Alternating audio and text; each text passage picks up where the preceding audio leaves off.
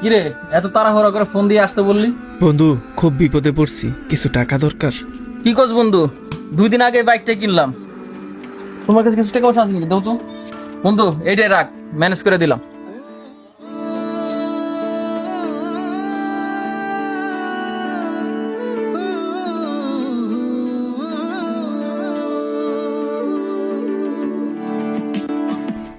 চাচা, খুব বড় বিপদে পড়ছি। আপনার বৌমা অসুস্থ, আমার 50,000 টাকা লাগবে। কি কমাতি যে কালকে আমার মেয়েটার বিয়ে, অনেক বড় করে একটা আয়োজন করতেছি। এই সময় তোমার আমি কইতে দিয়ে দেবো কত? দাঁড়াও, তাও দেখতেছি। তুমি এইটা একটা রাখো।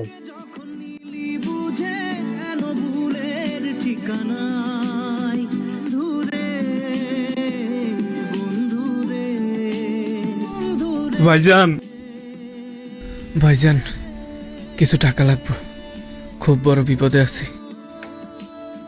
সবই তো শুনছি, তারপর মেডিকেলে তুই তো ভালো করে জানোস আমার কি অবস্থা। আমার শালারা বিদা যাইতেছে, ওইখানে কিছু টাকা দিতে হইব। আমার কাছে যা আছে তুই লয়ে যা, গুনা মানা লাগবে না।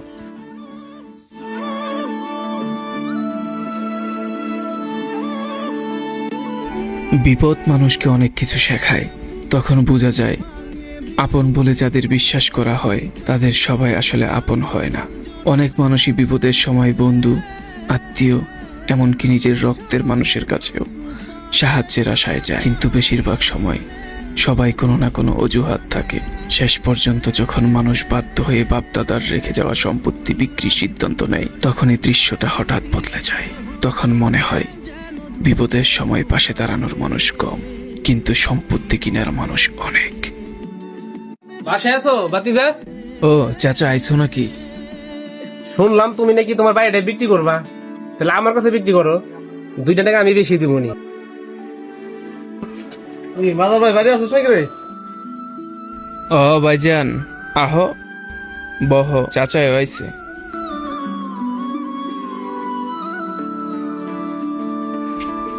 কি অদ্ভুত তাই না?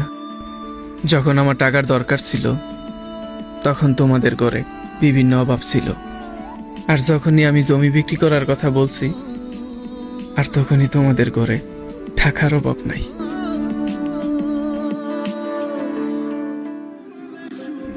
আমি জমি বিক্রি করার জন্য মানুষ খুঁজি নাই, আমি বিপদের সময় একটা আপন মানুষ খুঁজছিলাম। জমি কেনার লোক তো অনেক পাইছি, কিন্তু বিপদে পাশে দাঁড়ানোর মতো একটা মানুষও খুঁজে পাই নাই।